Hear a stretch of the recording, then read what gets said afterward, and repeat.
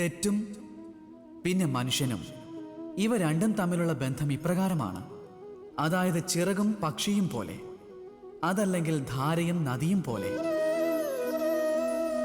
തെറ്റ് മനുഷ്യന്റെ സ്വഭാവത്തിന്റെ ഒരു പ്രധാനപ്പെട്ട സവിശേഷത കൂടിയാണ്. അപ്പോൾ നിങ്ങൾ ചിന്തിക്കും, അതിൽ ലജ്ജിക്കുന്നത് എന്തിനാണെന്ന്.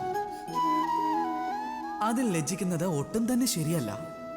വ്യക്തമായി പറഞ്ഞാൽ തെറ്റ് നമ്മെ ഒന്നുകൂടി മഹത്വമുള്ളവരാകുവാൻ അവസരം നൽകുന്നു. സ്വയം നന്മയുള്ള ഒരു വ്യക്തിയാകുവാനുള്ള പ്രേരണ നൽകുന്നു. ഒരുപക്ഷെ ചിലപ്പോൾ നിങ്ങളിൽ ചിലർ ഇതിനെ അനുകൂലിച്ചെന്ന് വരില്ല. കാരണം കുറെ പേരുടെ ദൃഷ്ടിയിൽ തെറ്റ് പാപത്തിന് ജന്മം നൽകുന്നു. പാപം അപരാധമാണ്. എന്നാൽ അപരാധത്തിന് ക്ഷമയല്ല, ശിക്ഷയാണ് ലഭിക്കേണ്ടത്. എന്നാൽ ഇങ്ങനെയൊക്കെ സംഭവിക്കുന്നത് എന്തുകൊണ്ടാണെന്ന് നിങ്ങൾ ചിന്തിച്ചിട്ടുണ്ടോ? എന്തായിരിക്കും ഇതിന്റെ കാരണം? ഇതിന്റെ കാരണം തെറ്റ് ചെയ്യുന്നതിൽ നിന്ന് രക്ഷപ്പെടുക എന്നതാണ്. അഥവാ നിങ്ങൾ തെറ്റ് ചെയ്തിട്ട് അത് അംഗീകരിച്ചില്ലെങ്കിൽ ആ തെറ്റ് പാപമായി മാറും. പിന്നെ ആ പാപം അപരാധമാകും.